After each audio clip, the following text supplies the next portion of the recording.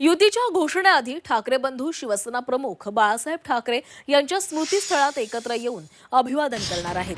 दुपारी 12 वाजता पत्रकार परिषदेमध्ये ठाकरे बंधूंच्या युतीची घोषणा होणार आहे। त्यापूर्वी सकाळी 11 वाजता मनसे अध्यक्ष राज ठाकरे आणि शिवसेना बाळासाहेब ठाकरे पक्षाचे पक्षप्रमुख उद्धव ठाकरे शिवाजी पार्क इथं शिवसेना प्रमुख बाळासाहेब ठाकरे यांच्या स्मृतीस्थळी जाणार आहेत। या ठिकाणी बाळासाहेबांच्या स्मृतीस्थळी अभिवादन केल्यानंतर ठाकरे बंधू युतीची घोषणा करण्यासाठी रवाना होतील।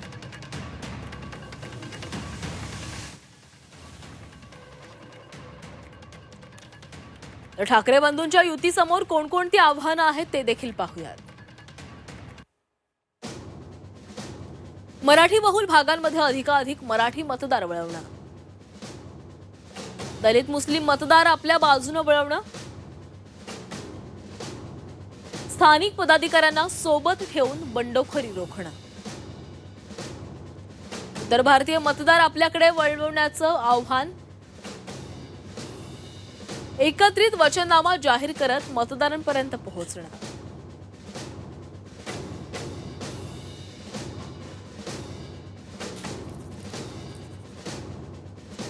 आणि या संदर्भात अधिक बोलणार आहोत। आमचे प्रतिनिधी ओम देशमुख आपल्यासोबत जोडले गेलेले आहेत। ओम, गेल्या अनेक वर्षांपासून या युतीची वाट पाहिली जात होती, सर्वांनाच प्रतीक्षा होती। सगळ्याच राजकीय नेत्यांसोबतच जनसामान्यांच्या देखील नजरा या युतीकडे लागलेल्या होत्या। अखेरचा हा मुहूर्त, आजही या युतीची घोषणा केली जाते।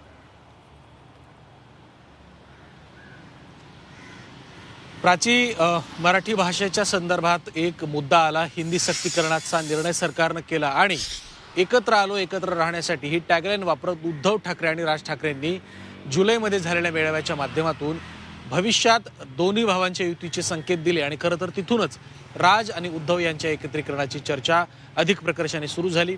आज अखेर दुपारी 12 वाजता वरळीतल्या हॉटेल ब्ल्यू सी मध्ये या दोन भावांच्या एकत्रीकरणाच्या संदर्भातली पत्रकार परिषद आहे आणि राज ठाकरे आणि उद्धव ठाकरे हे दोन्ही भाऊ संयुक्तपणे या पत्रकार परिषदेला सामोरे जात युती संदर्भातली महत्त्वाची घोषणा करणार आहेत। दुसरा महत्त्वाचा मुद्दा म्हणजे निश्चित स्वरूपात या दोन भावांच्या एकत्रीकरणामुळे, या दोन पक्षांच्या एकत्रीकरणामुळे मुंबईतलं राजकीय समीकरण बदलण्यास निश्चित स्वरूपात मोठी मदत होणार आहे। आपण पाहायला गेलं तर निश्चित स्वरूपात ठाकरेंचा आणि शिवसेनेचा एक मोठा मतदारांचा एक प्रवाह आहे, एक मोठा वोटशेअर आहे जो कायम मुंबईमध्ये मतदारांना आणि मुंबईच्या राजकारणाला प्रभावित करत राहतो।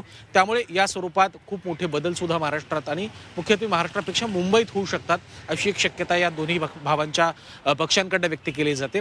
तिसरा महत्त्वाचा मुद्दा जो तू आता सांगितलास की आव्हानं कशा प्रकारे आहेत, आव्हानं निश्चितच खूप मोठ्या प्रमाणात या दोन्ही भावांसमोर आहेत। जरी दोन पक्ष मराठीच्या मुद्द्यावर तयार झालेले दोन पक्ष जरी एकत्र येत असले तरी सुद्धा 20 वर्षांपूर्वीची राजकीय परिस्थिती आणि आताची राजकीय परिस्थिती यामध्ये खूप मोठं अंतर आहे। या राजकीय अंतरातला, या दोन राजकीय परिस्थितींमधला हा फरक सुद्धा दोन्ही भावांना मिटवावा लागेल आणि एकंदर ज्या पद्धतीचं राजकारण बदललंय, ज्या पद्धतीनं राजकारणानं कूच बदलली आहे, या सगळ्या गोष्टींचा अंतर्भाव या दोन भावांच्या या युतीमध्ये असणार का हे देखील पाहणं महत्त्वाचं असणार आहे। समोर महायुतीचं, भाजपचं आणि शिवसेनेचं मोठं आव्हान आहे।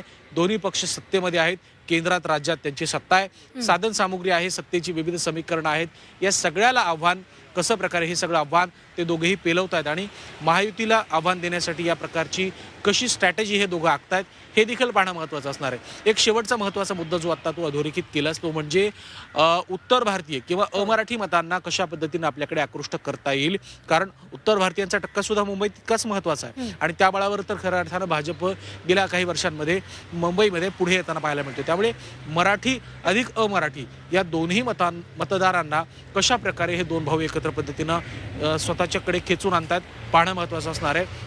अमराठी अर्थात उत्तर भारतीय आणि बिहारींच्या संदर्भात राज ठाकरेंची भूमिका जगजाहीर होती, त्या भूमिकेमुळे सुद्धा काही फटका यावेळेला बसतोय का हे देखील पाहणं महत्त्वाचं असणार आहे। या सगळ्या मुद्द्यांचा उहापोह केला तर राज उद्धव यांचं एकत्रीकरण आज होत असलं तरी सुद्धा आव्हानांची मालिका खूप मोठी आहे आणि या सगळ्या आव्हानांना तोंड देत दोन भाऊ मुंबई महापालिकेचं मैदान कशा पद्धतीनं लढतायत आणि यामध्ये विजयी होत आहेत हे देखील पाहणं महत्त्वाचं असणार आहे।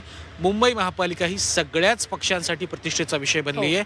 भाजपनं 2017 साली अगदी काही 2 ते 4 जागांवरती आघाडी असलेल्या शिवसेनेला ही महापालिका देऊन टाकली होती, कारण तत्कालीन परिस्थितीमध्ये राज्यातलं सरकार टिकवणं हे फडणवीसांसमोरचं एक आव्हान होतं।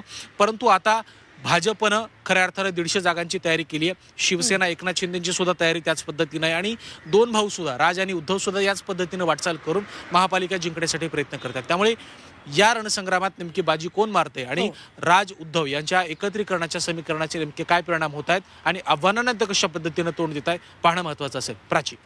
नक्कीच ओम, धन्यवाद दिलेल्या सविस्तर माहितीसाठी.